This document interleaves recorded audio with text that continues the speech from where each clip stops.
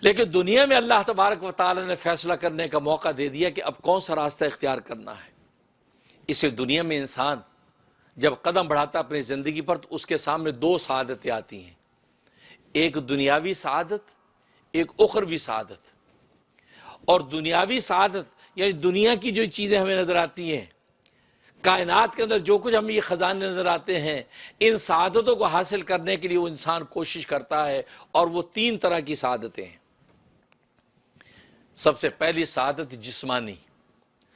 جسمانی سعادت کا مطلب ہے کہ وہ جسم و جان کے بارے میں وہ چاہتے ہیں میری جسم و جان تندرست رہے، صحت مند رہوں، خوبصورت ہو، ناک اچھی ہو، کان اچھے ہوں، آنکھیں عمدہ ہوں، گویا کہ میرا ظاہری سراپا بڑا خوبصورت ہو، توانا، صحت مند ہو، یہ ہوگا کہ جسمانی۔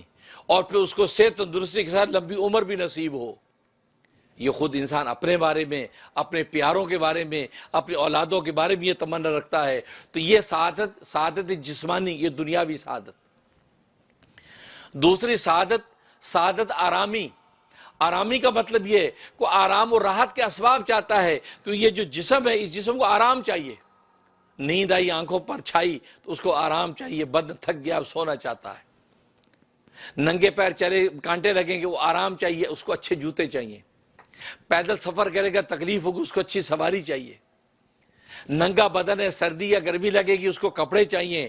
تو یہ آرام کی جتنے اسباب ہیں اس کی کوشش کرتا ہے، اچھا مکان ہو، اچھی دکان ہو، اچھے جوتے ہوں، اچھی پوشاک ہو۔ تو یہ آرام کی اور راحت کی جتنے اسباب ان کے حاصل کرنے کی کوشش کرتا ہے، اس کو کہتے ہیں گویا کہ سعادت آرامی۔ تو گویا کہ دنیا کی ان چیزوں کی کوشش کر رہا ہے، تو جسم کی صحت و عافیت، پھر کپڑا لتا، پھر دیگر سارے اسباب راحت کے حاصل کرتا ہے۔ تو یہ دوسری سعادت، یہ سعادت آرامی۔ اور تیسری سعادت ہے احترامی۔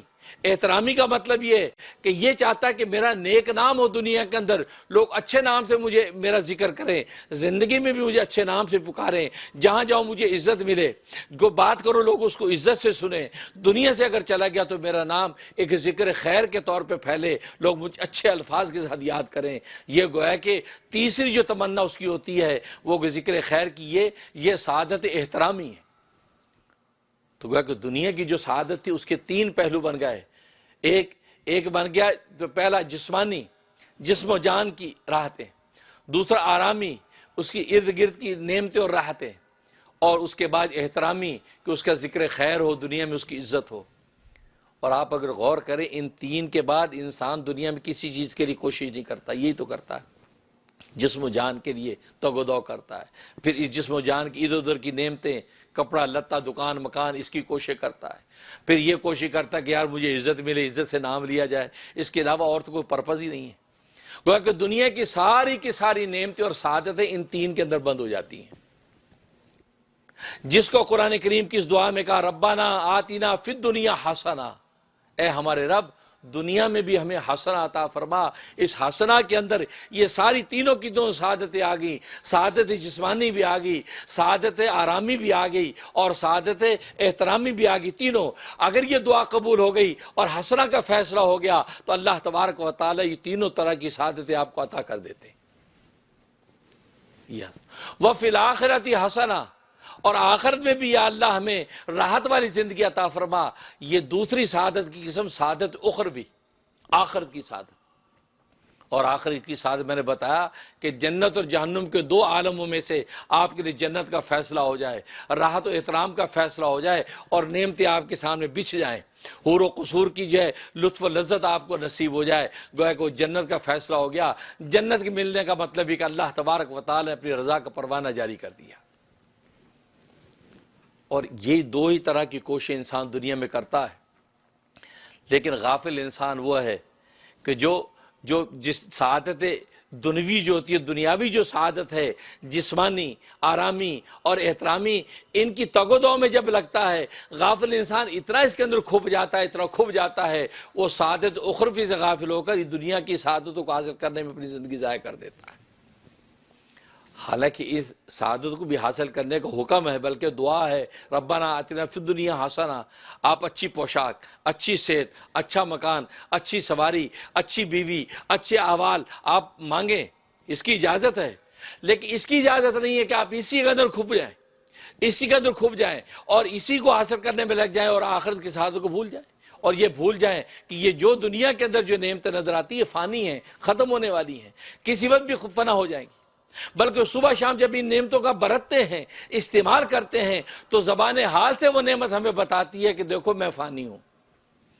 اب دیکھو پیاسے کو پیاس لگی ہو، اس کو کہ یار شربت پلا دو یار، آپ نے شربت کا گلاس ٹھنڈا دیا، اسے گرمی میں ٹھنڈا گلاس، کتنا سکون ملا، سبحان یار ایک اور دو، اسے پھر پیا، واہ واہ، آنکھوں سے آنسو، کان ٹھنڈے، کیا کیفیت، یار ایک اور روح افزا کا گلاس پلا دو یار، اسے پیا، 3 گلاس، چوتھا نہیں یار بس سیر ہو گیا، یار ایک اور نہیں یار بس، یار ابھی جس شربت کے اندر مشروب میں لطف آ رہا تھا ابھی لطف ختم ہو گیا۔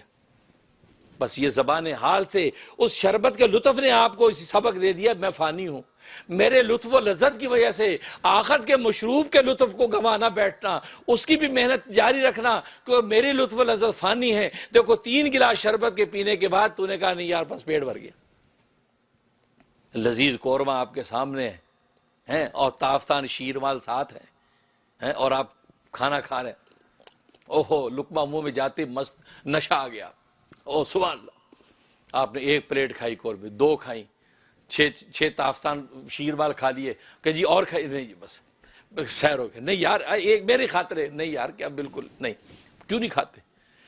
گویا کہ اس شیرمال نے اور قورمے نے زبان حال سے آپ کو بتا دیا دیکھ میری لطف و لذت فانی ہے، 3-4 کے بعد لطف و لذت فنا ہو گیا، اب تیرے لیے کوئی لطف ہی نہیں رہا۔ اس لطف کی وجہ سے تم آخرت کے جنت کے اندر جو لطف ہیں ان لطفوں کو نہ گنوا بیٹھنا۔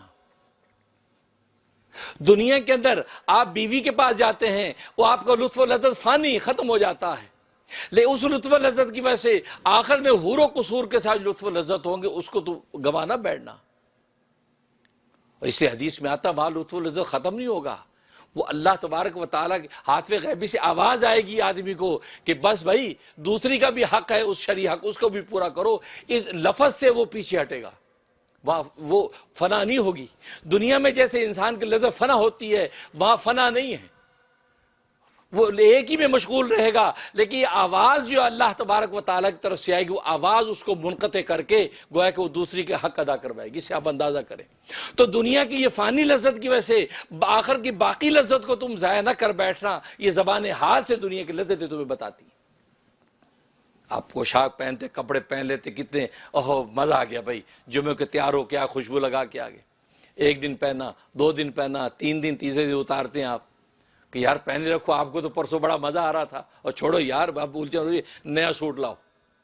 دیکھو یہ کپڑے کی راحت جو تھی وہ فانی، زبان حال سے کپڑے بتا دیا یاد رکھ میری راحت فانی ہے، 2-3 دن کے بعد خود آوازدار ہو کے اٹھائے گا۔ اس کا مطلب یہ ہے کہ ان فانی لذتوں کی وجہ سے آخرت کی باقی لذت کو ضائع نہ کر بیٹھنا۔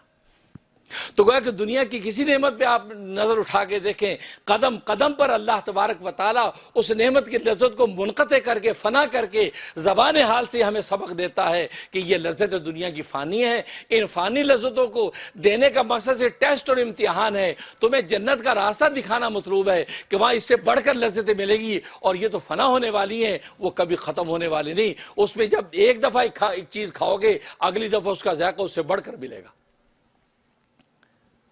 سنترے کی ایک پھاڑی کو کھاؤ گے اس کا ایک ذائقہ ہوگا، سنترے کی دوسری پھاڑی کھاؤ گے دوسرا ذائقہ ہوگا، تیسری کھاؤ گے تیسرا ذائقہ ہوگا، اور جب جب کھاتے چلے جاؤ گے احادیث روایات میں آتا ہے کہ اس کی لذت بڑھتی چلی جائے گی۔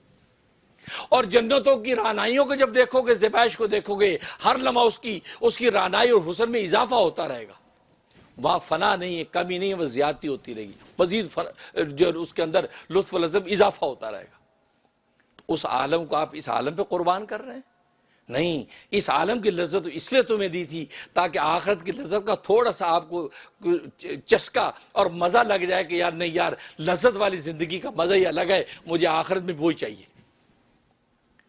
لیکن غافل ہے وہ انسان جو دنیا کی لذتوں میں ایسا کھو جاتا ہے، وہ کہتا ہے نہیں یار پتہ نہیں مرنے کے بعد ملے گی کہ نہیں ملے گی، حریص ہو جاتا ہے، اور یار حلال ملتا ہے حلال کھا لو، حرام ملتا ہے حرام کھا لو، حلال پینا ملتا ہے حلال پی لو، گویا کہ حلال حرام کی پرواہ کیے بغیر خوب سمیٹتا ہے۔ ایسا حرص کا شکار ہو جاتا ہے جیسے مکھی جب شہد پر گرتی ہے اور شہد چاٹتی ہے، لیکن حریص ہو کر بار بار اس کے اندر گھستی چلی جاتی ہے، یہاں تک کہ شہد میں پھنس جاتی ہے۔ شہد میں پھنس کے کیا ہوتا ہے، اس پر موت طاری ہو جاتی ہے، ہلاک ہو جاتی ہے۔ شہد کی لذت اس کو بھلی لگی، لیکن اس نے تھوڑی سی کھانے پہ اکتفا نہیں کیا، بلکہ اس کے اندر حریص ہو کر کھب گئی، لہٰذا جب کھوبی ہے تو موت واقع ہو گئی۔ بالکل اسی طریقے سے دنیا میں انسان جب دنیا کی لذتوں کے شہد میں جب اپنے آپ کو کھبو لیتا ہے اور غافل ہو جاتا ہے کہ نہیں، اس سے بڑھ کر لذت آخرت میں ہمارے پاس موجود ہیں، بس یہ اتنی کھائیں کہ جتنا دنیا کے اندر مجھے رہنا ہے، لہذا میں اتنے پہ اکتفا کروں، اصل آخرت کی میں تیاری کروں۔ جب اس غفلت میں پڑتا ہے تو پھر دنیا کے لذتوں میں پھنس کر گویا کہ کائنات میں پھنس کے رب کائنات سے غافل ہو جاتا ہے۔ حالانکہ اس کو تو رب کائنات کا دامن تھام لینا چاہیے تھا، اور رب کائنات کا دامن تھامیں گے تو کائنات ہاتھ میں خود ہی آ جائے گی۔